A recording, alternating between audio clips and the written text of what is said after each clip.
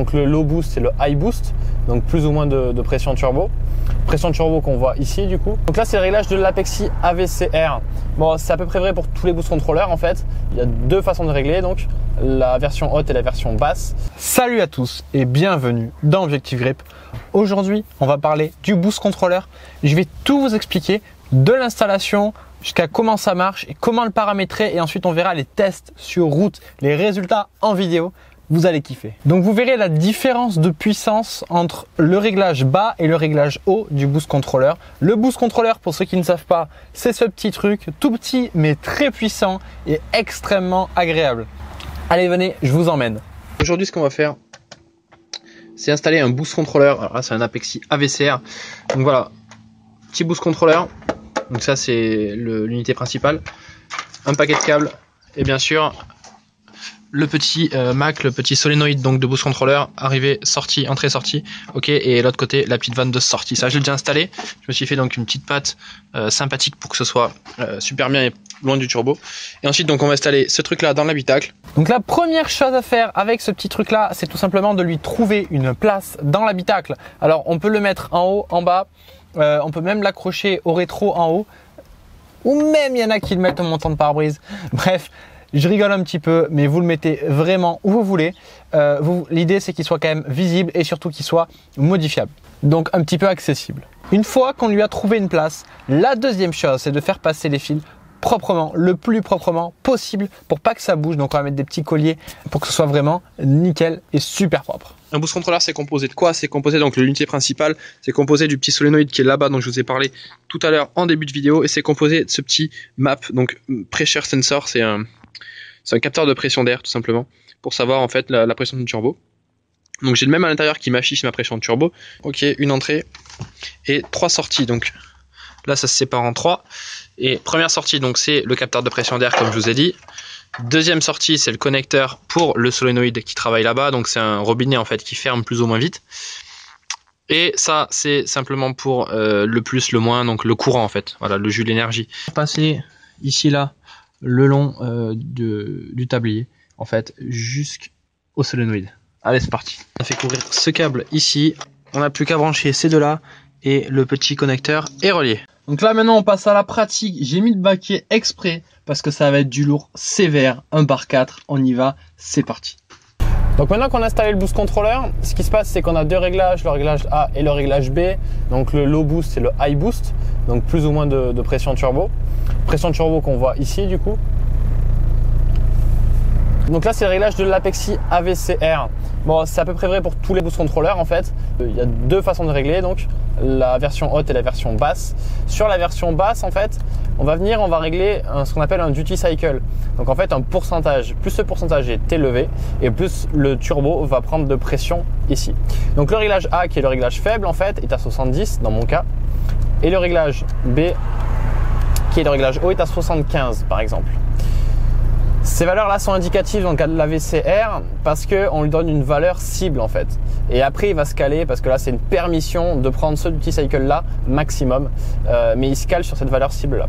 Mais ce qu'il faut comprendre c'est que plus on augmente le pourcentage, plus on va monter en pression turbo. Je vais vous faire la démonstration. Donc là on se cale sur le réglage A. On peut même aller sur monitoring. Si je fais one channel, voilà, ok. Donc là j'ai réglé aussi mon accélérateur, donc quand j'accélère on peut voir que il a la position en temps réel. Donc ça c'est parfait. Et donc nous ce qu'on veut simplement par contre c'est la pression. Donc là on va avoir la pression et donc je vous montre pour 70%.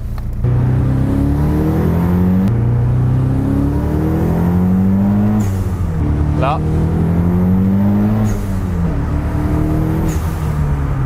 Donc là maintenant on a vu que ça bouge. Ce qu'on fait, là on se met sur le réglage B, donc réglage B à 75% cette fois. Sauf qu'on veut une pression cible de 1,20, mais voilà, globalement ce qu'on fait. Donc on va rester nous sur le réglage A. Et la pression cible on va la mettre à 75%.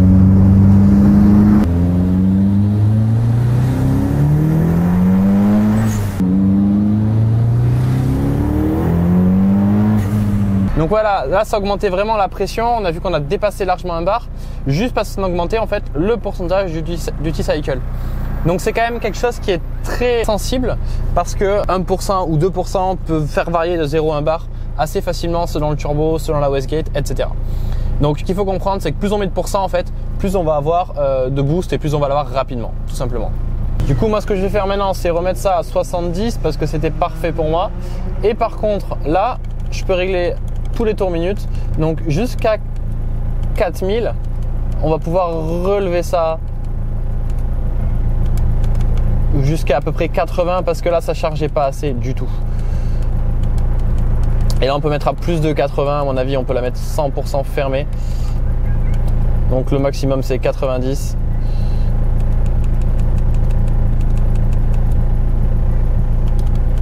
Quelque chose comme ça.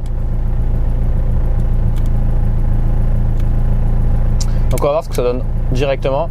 Donc là, on peut voir, voilà, il y a des étoiles parce qu'il a commencé à faire une courbe.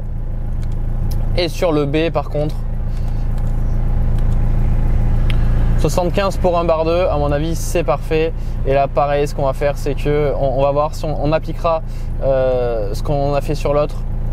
C'est-à-dire qu'on augmentera le gain au début pour maximiser la charge et l'accélérer. Voilà, donc là, on repasse juste sur le setup A. On va contrôler ça. Mais globalement, c'est comme ça qu'on fait. C'est ce qui se passe.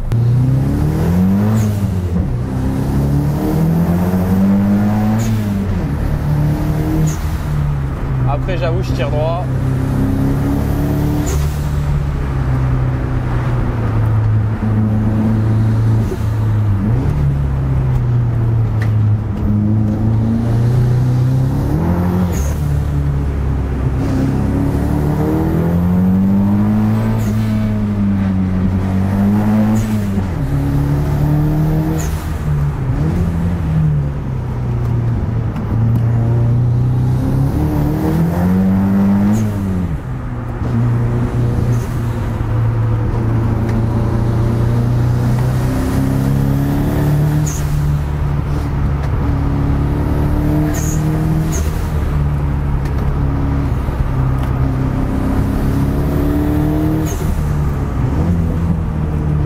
Setting B,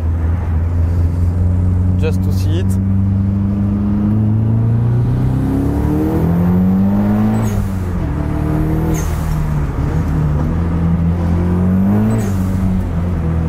Give it a bit of rotation.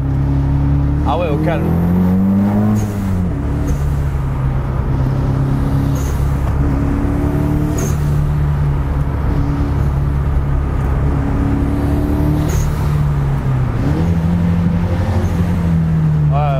Du milieu.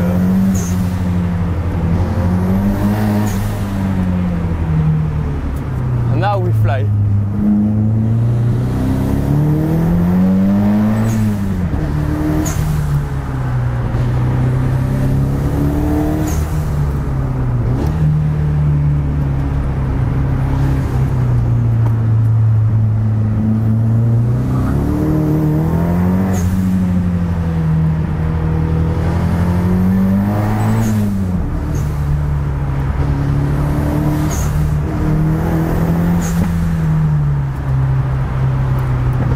Pas au milieu quand même, hein.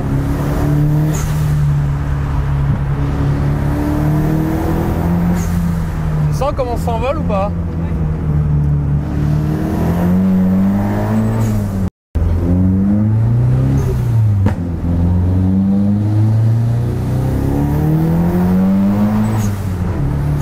Là c'est mieux.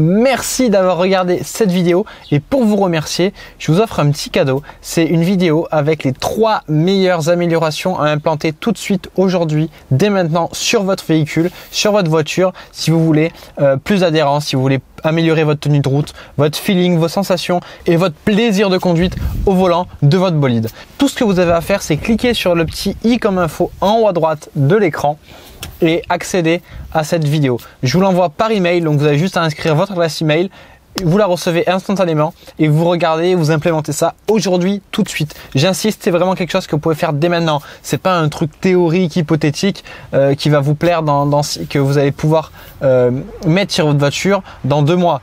On parle vraiment de aujourd'hui par votre garagiste ou vous-même. Vous choisissez vraiment avec moi, soit on fait soi-même, soit on fait appel à des gens, des garagistes, des techniciens, etc. Vous êtes vraiment libre et c'est ça qui est bien. Donc c'est un petit peu une formation gratuite cette vidéo, assez courte parce que je vais direct à l'essentiel. Et après, si vous voulez évoluer, il y a toujours moyen.